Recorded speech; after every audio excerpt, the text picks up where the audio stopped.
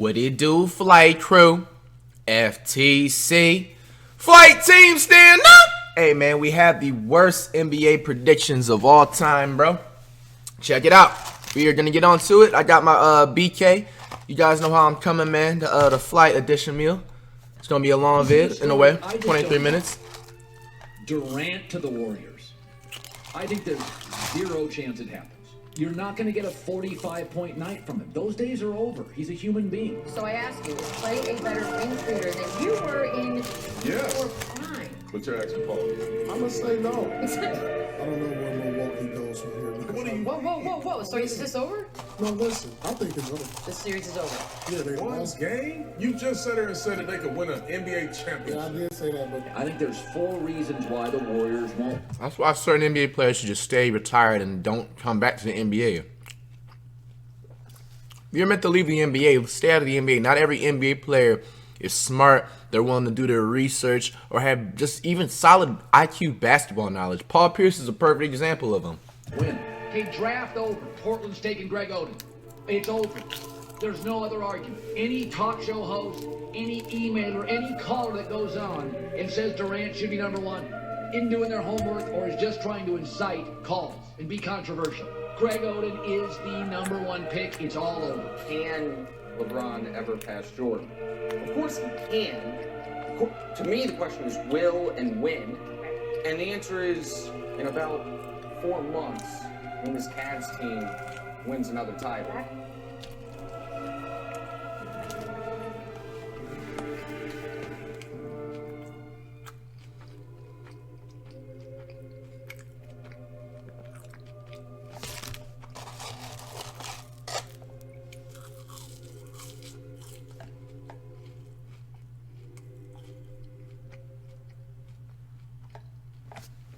What's up, everybody? It's Jimmy, and in the world of basketball analysts and basketball media as a whole, part of the job is making predictions. How good will a player be? How bad will a team be? What direction is the league heading in a few years? Just another way of breaking down the game and sharing a new or interesting take. But often, and sometimes far too often, some basketball journalists, analysts, and broadcasters make some predictions that are so out of pocket, so absurd, that you wonder if they're just handed a hot take on a script, knowing damn well it's wrong, but they want to keep their job, so they go live on television saying some wild anyways. Now, of course, we're all guilty of making outlandish claims and bold predictions. Who's this little baddie right here in the middle, though? There ain't nothing like a woman knowing their sports. Who is she, though? Fuck. Who is she? She obviously has to be of age. Man. I love me Latinas, bro. I'm trying to tell y'all, if y'all didn't know by now, Latinas are my weakness. You know what I'm saying? Panned out. We all have our own bias that can stray us away from facts and reality from time to time. But today, we're going to take a dive into some predictions made by men who do this for a living. Men on national television. Give me that Skip Bayless. More wrong. Now, this whole video was sparked by a recent prediction made by a man that has basically gone off the rails in the past few months. A man that at one point in time was torching the NBA, but is now getting clowned on. He was never torching the NBA, bro, to begin with. What are you talking about? Bro, I have never heard nobody say, let's go watch Paul Pierce and the Boston Celtics. We got to go home early. I've never heard anybody say that in my life. I've never heard anybody say, hey, bro, I'm about to go cop this new Paul Pierce jersey, bro. I've seen literally nobody in my entire life growing up wear a Paul Pierce Boston Celtics jersey, bro. Not even Paul Pierce to begin with, bro. I've seen other people wear Celtics jerseys, not Paul Pierce. I've seen people wear Rondo jerseys more than I've ever seen somebody wearing Paul Pierce. I have the utmost respect for Pierce. Dude was a bad man. I literally would drop this dude off, bro. He's like a slug, bro. The NBA slug. This dude is like 80 pounds overweight and shit. Come on, man. But with that being said, this man done lost his damn mind post-retirement. dodgy statements that had the basketball community in uproar, Paul Pierce went out of his way to predict that the series between the Celtics and the Bucks was over after the Celtics won just the first game in the series. I don't know where Milwaukee goes from here. Because Whoa. So is this over? No, listen. I think it's over. This series is over. Yeah, they One lost. game? You just sat there and said that they could win an NBA championship. Yeah, I did say that. Now, I know that Pierce has a bias towards Boston. That was his team. I know the Celtics won by 22 points. But this is the last thing Pierce needed on his plate at the moment. You got a team that finished with the best record in the NBA, with presumably this year's league MVP leading them, and after just He didn't one deserve that game, MVP though. It should have been the Steph Curry. series is over. To make matters worse, because Paul Pierce loves to make matters worse, after having some time to go home and think about what he said, this man returned the next day and doubled down on his statement saying that the Bucks had no chance against the Celtics. Since making this prediction, the Celtics have lost 4 straight games against the Bucks, 3 of those losses coming by double digits. Giannis just keeps getting better and better, and the Celtics watch their star walk off the court in the final moments of Game 4. Now, Pierce, Wow. I love you, dog, but I'm gonna need you to hold this for me. But at least Pierce played the game and can speak from experience. On the other end of the spectrum, you have a guy like Colin Cowherd, who is super entertaining to listen to, but only because his analogies are second to none. Melo is that bad relationship partner, leaves the toilet seat up, doesn't help with laundry, dishes always in the sink. And because his predictions What? are just so off the wall. Like in 2007 when he had this to say about Greg Oden and Kevin Durant. He is quicker than Durant in the lane agility drill and has better numbers in the running and standing vertical jumps. In the standing vertical jump, a 7-foot center. Greg Oden's He such a draft bust, over bro. Portland's taking Greg Oden. How you, bro? Kevin Durant was under Greg. The Portland Trailblazers is a curse. They passed up on Michael Jordan and they passed up on Kevin Durant. Says Durant should be number 1. How can you even choose Greg Oden over Kevin Durant, bro? That's like choosing. Greg Oden is the number 1 pick. It's all over. Couldn't bench a $185. Well, Who cares? Yes, it does. It's a physical league. Bro, Long. Kevin Durant was doing them since I'm going that I didn't watch Kevin Durant in college at all. Like I knew he went to Texas, but I didn't watch him. Like I didn't even know he was playing the same way he playing right now, and they passed up on him for a big man, bro. You know, that's crazy. Long 8-month season. But you're telling me I can draft just another wing guy? Just another guy who, you know, he's got Antonio. What did Kevin Durant average in college? Points per game. Where is it? Points per game. 25.8 points per game in college? And he went behind Greg Oden's? Just another guy who, you know, he's got Antonio McDyess written all over him. Oh He's a my good player, gosh. but just another wing guy. Danica Patrick can bench press a $185. Now, I will cares, say, bro? hindsight is always 20/20.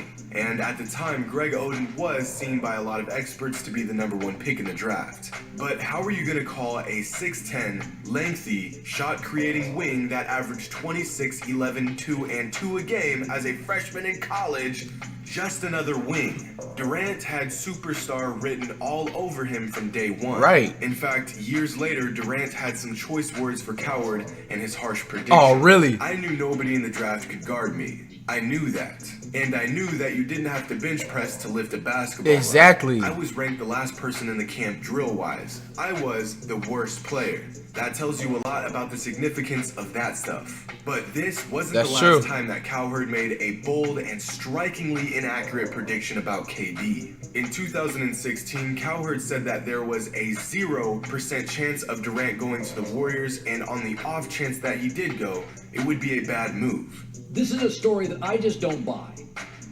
Durant to the Warriors. I think there's 0 chance it happens. And I don't think it's a good move. I think there's 0 chance it happens. Just 6 days later, Kevin Durant joined the Warriors. It is. This doesn't end there. That dude does Just meth a for few sure, months bro. After his No initial cap. prediction, Cowherd went on to say that this That new boy high Warriors as hell squad up off the job, man. no chance of winning a championship. That man injected himself with some shit, bro. No cap. The Warriors won't win. Number 1 is chemistry. Number 2, where's the beef?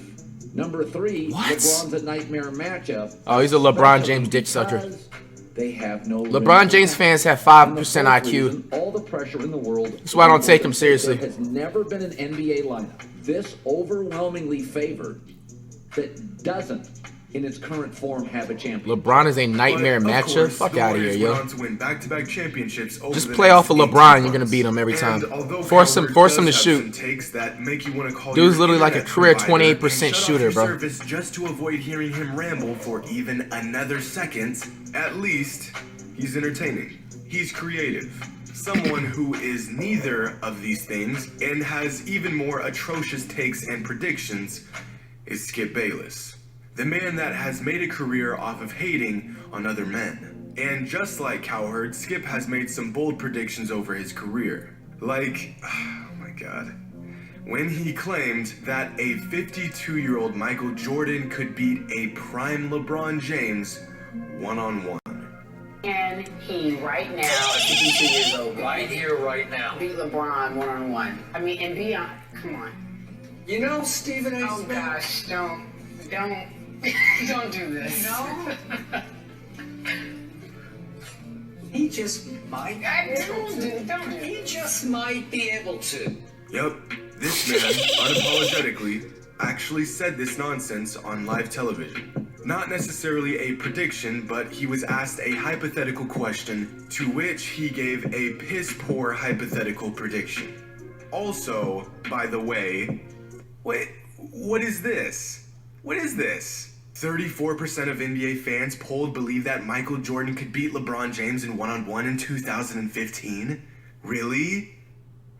Boy, if you don't get Another failed Yo, this dude's foreshadowing the foreseeable future was back in 2012 when he said that Kobe Bryant was overpaid and that Tim Tebow was a bigger draw in the world of sports. What? I'm standing up and talk about. Are you going to tell me? Are you going to tell me that Tim Tebow deserves to be a bigger mentioned draw in the than same Kobe battle Bryant is that right Kobe now. Bryant? He's a bigger draw than Kobe He's a Bryant. bigger. Yeah. Go to break. Since that season, Kobe Bryant went on to He said go to 28 bread. points that season, received 5 more All-Star selections, and was selected first-team All-NBA 2 more times. Wow. Tim Tebow took his last NFL snap that season. Damn. But when it comes to overstatements, hyperboles, and astonishingly inaccurate predictions, nothing tops the classic duo of Skip Bayless and Stephen A. Smith. I mean, really.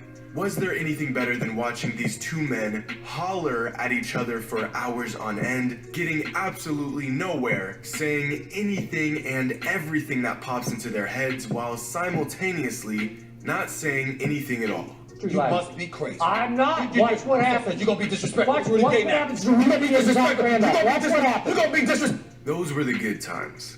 Loud, obnoxious, but good times. Like in 2011 when Skip and Stephen A. made a list of the top 5 players in the NBA, and neither of their lists included LeBron James. Now, let me be a bit more clear.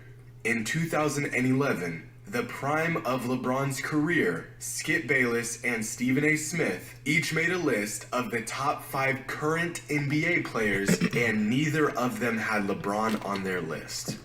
Carmelo Anthony is not the 12th ranked player in the world. He does have the clutch gene. Dwayne Wade and Dirk Nowitzki at number 4. Dwayne Wade at number 1, Dirk Nowitzki at number 4. You and I agree. All right? After these top 5 lists were released, LeBron went on to win regular season MVP, an NBA title, and finals MVP the very next season. He also went on to win another regular season MVP, an NBA title, and another finals MVP in the following season. Speaking of LeBron, not everyone thought highly of him early on. In fact, there's this old clip floating around YouTube of a sad and desperate Cleveland Cavaliers team being interviewed by a local news station, and in these brief interviews, players on the Cavs were asked what they thought about a high school LeBron James. Some of them had encouraging words for the kid. Others, not so much. I don't think you can really just bring a high school player in and really just... Bro, why are you asking a dude like Darius Miles for an opinion, bro? Bro, you know the only way I know about Darius Miles was from NBA Street Volume 3 when he was one of those players to pick on the teams whenever you're playing against somebody, bro. Darius Miles is just... Bro. He ain't gonna really turn around like that. Dude didn't even belong in the NBA, bro. If he come, you know what I'm saying? He can just hop on our bandwagon and hopefully we can do something big. Hop on the bandwagon. Players of him in his position already on our team, bro. His potential is probably the sky's the limit for him, though. Darius Miles, a young talent, but also a player that never even averaged double-digit scoring, and Carlos Boozer, the 4th best player on a 17-win team, basically wrote off LeBron before he even got to the league. Fortunately, LeBron was everything he was hyped up to be. Won Rookie of the Year the very next season and was by far the best player on this same Cavaliers team just 1 year after these interviews. Unfortunately for Miles and Boozer, LeBron was everything he was hyped up to be. Darius Miles was traded just 37 games into LeBron's rookie season. Carlos Boozer was traded the following season. The Cavs became LeBron's team, and the rest is history. And to be fair, their predictions on LeBron weren't too far-fetched. Remember, just 1 season prior to LeBron's intro to the NBA, DeJuan Wagner was another high school hooper who was gassed up and drafted by Cleveland, but didn't quite have the impact people were expecting. Who is DeJuan Wagner? I can just look at him and tell he wasn't a hooper. What the fuck? School career, and if you didn't know that he was going to be a superstar, you deserve to get old. Sounds like some Subway sandwich, man. And examined. 2 guys throwing shade at a high school kid saying that he wouldn't have a huge impact on their team were both within a year not even on that team anymore due to that high school kid's impact. Life is crazy. And those predictions were about as bad as another prediction that was made years later. Dan Gilbert, owner of the Cleveland Cavaliers, made an awfully bold prediction, or should I say promise, to fans of the team and against LeBron James as well. In 2010, Dan Gilbert released a letter to the public in regards to LeBron's departure from the organization, saying that the self-declared former king will be taking the curse with him down to South Beach. And until he does right by Cleveland and Ohio, James will unfortunately own this dreaded spell and bad karma. He then goes on to say that he promises a long overdue championship. But as we all know, Dan Gilbert was as wrong as he could possibly have been. Since LeBron went to Miami, won 2 rings, came back to Cleveland, and won a ring there as well. Not only was Dan wrong about LeBron finding success with the Heat, he then had to swallow his pride and watch the man win his organization a championship. Wow. Pathetic. Lucky. Now, although being a former player in the league does give some analysts should have been the Warriors. They paid the refs that year. That's why they won. Always results in the most educated guesses, as we recently learned. Like in 2015, when Charles Barkley predicted that the Grizzlies, the Blazers, and the Mavericks would end the season as the best teams in the West, although it was the Warriors who had by far the best record in the league and were en route to a 67-win season. He then went on to say that jump shooting teams could not win championships, and the recipe the Warriors had created was not one for success. You're passing. The best team. Yeah, the best team in the West. The same way you did it in the East. I think that I won't pick 3 teams. That's not exactly the question. Because, like, it's a fluid situation. I think Memphis getting Jeff Green, the Portland Trail Blazers, and the Dallas Mavericks. I think those are the 3 best teams in the Western Conference. One more time. No Warriors. Memphis Grizzlies. No Warriors. No Warriors. No Warriors. No Spurs. How can you dismiss a team that has the best record is #1 shooting the ball, is #1 in field goal percentage against? I have said the exact same thing for 16 years here. I don't like jump shooting teams. You don't like jump shooting teams because you couldn't shoot your fucking NBA career, you bald-headed bitch. These bold predictions, bro, Charles Barkley literally drove the lane 90% of the time, bro. And have been the most winningest team. Where's the dynasty ever? Steph Curry's the best to ever do it. Stop it. Dude, Charles Barkley averaged like 17 points his NBA career. Fuck out of here. If he can be a bit off at times. You have earned the right to be off on your predictions when you have played 16 seasons in the NBA, earned 11 All-Star appearances, and 1 league MVP. And 0 rings. This man has never done. Which is fine. Not all of us can be freak athletes at the pinnacle of the world of sports, but we all have sports opinions and predictions we'd like to share with those willing to listen. But in December of 2016, Nick made this bold prediction. Can LeBron ever pass Jordan? Of course he can, To me, the question is will and when. Okay. And the answer is in about 4 months when this Cavs team wins another title. What? What? Yeah. What a casual, bro. Yeah, look at that score!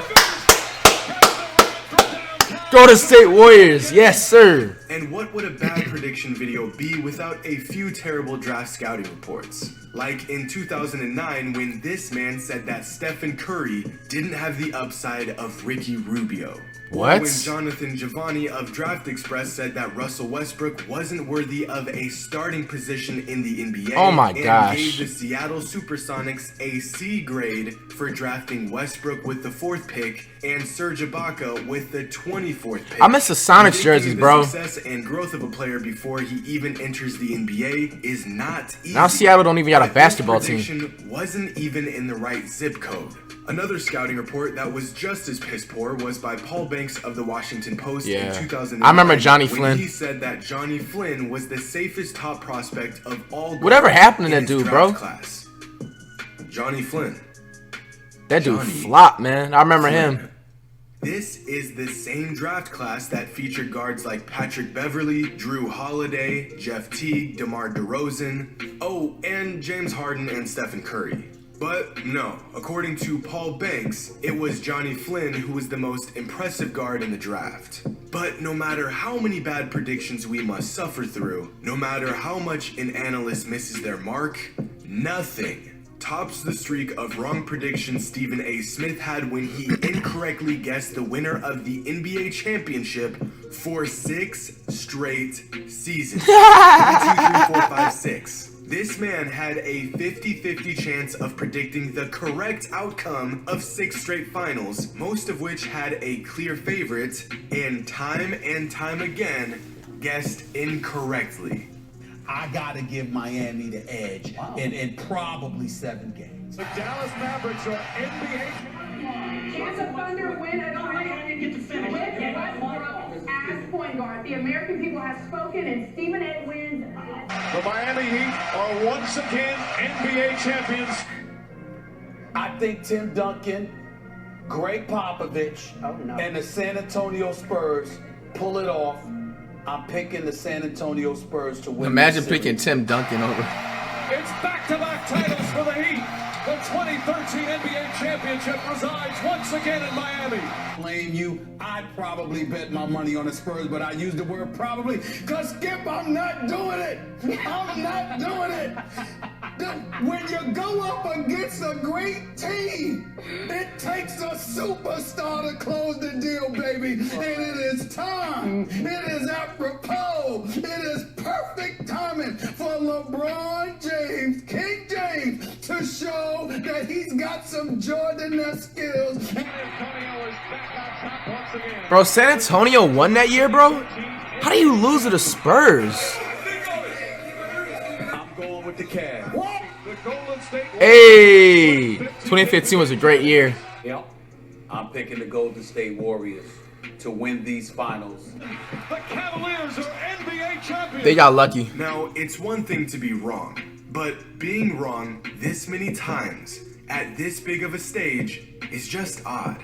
Honestly, I'm not even mad about this. I'm actually borderline impressed at how Stephen A. managed to pull off this incredible feat of inaccuracy. Statistically speaking, you only have a 1.5% chance of getting a 50-50 guess wrong 6 times in a row. The man couldn't do this again even if he was trying. Think about it like this. Everyone watching this video, grab a coin, flip it, and try to get the outcome wrong 6 times in a row. Chances are someone watching this video will accomplish this feat fairly quickly, but for the majority of us, you'll find that it is improbable that you'll guess the wrong side 6 consecutive times. What Stephen A. Smith did was so incredibly, so vastly flat out wrong that it's actually difficult to replicate. This man gets paid millions of dollars to sit and talk sports, and yet isn't even obligated to be even remotely accurate in his assessment and predictions. I've been sitting here. You gotta do your research, Stephen A. Smith. And I can't incorrectly guess the outcome of this damn penny 6 times in a row if my life depended on it. Truly dude's funny. one of Stephen A. Smith's most disappointing, yet somehow impressive moments. But all of these moments were impressive in their own right. It isn't easy being this wrong. And yet all of these men somehow pulled it off. Some of the worst predictions in NBA history. That's crazy. Hope you all enjoyed. And You know I did. Until next time. Hey, man, what do y'all think was the worst NBA predictions of all time? You guys know, not the biggest LeBron James fan, you know, and the only reason why people always ask me why do I always roast LeBron is because he bandwagoned to the Miami Heat first. You could have stayed with the Heat. Once you bandwagon, you get one bandwagon pass. You do it 2 times, you're just officially a bandwagon. He leaves the Heat to go back to the Cavaliers, and then he quits the Cavaliers and then goes to the Lakers to try and take Kobe Bryant and Shaq's legacy, Magic Johnson's legacy, Wilt Chamberlain's legacy. But to put my pride aside, the NBA predictions when LeBron was coming into the league, I feel like that was the worst they could possibly. I just feel like they were just flat out hating on this man. You know what I'm saying? Like, there was no type of person that was that talented and freakishly athletic that back in the day. You know what I'm saying? In 2004, like a lot of these people that was like that back in the day, they really, you could tell that if they were going to be NBA ready or not. You could just